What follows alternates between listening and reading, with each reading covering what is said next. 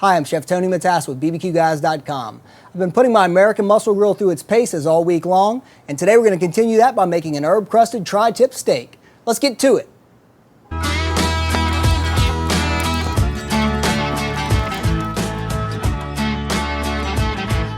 We'll start off by mixing up our herb rub that will infuse the tri-tip with some great flavor. Beginning with some fresh chopped basil, some fresh rosemary, and parsley. Here I have the paste of 2 cloves of garlic, a little cayenne pepper, and some ground white pepper.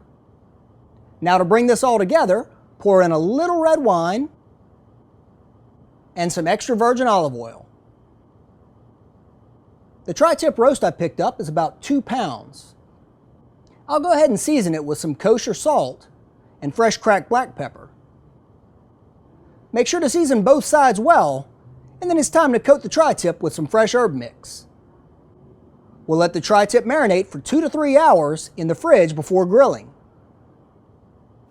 And while the steak marinates, I'll show you how to put together an herb-infused olive oil that we'll use to garnish over the top of our sliced steak.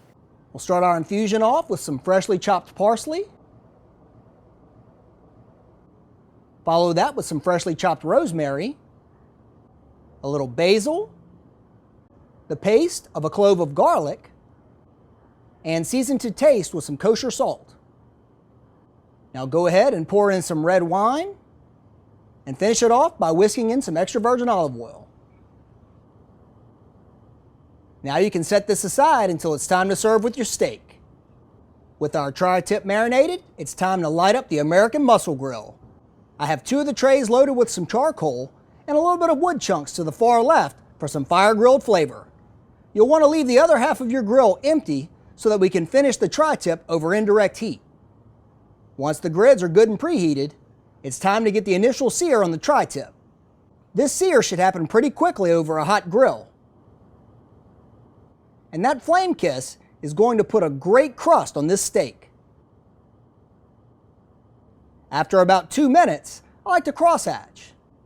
And as you can see, I'm searing that fat cap side right now, so the fire's rocking.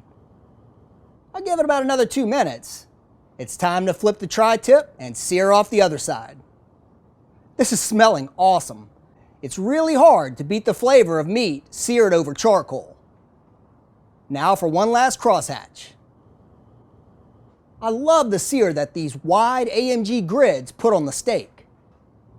Once you have the second side seared, go ahead and move the tri-tip to the indirect side of your grill and close the lid.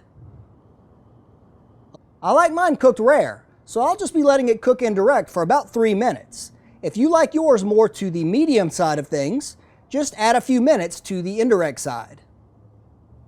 Alright, it's time to get this steak off the grill and let it rest for 5 to 10 minutes before slicing.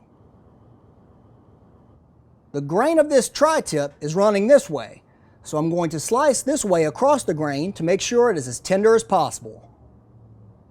Oh wow, this is looking awesome. What's great about tri-tip is the end pieces will be closer to the medium side when the center is rare, allowing you to serve your guests depending on how they like their actual particular steak cooked. I like to garnish the slices with some herb-infused olive oil, and now it's time to dig in.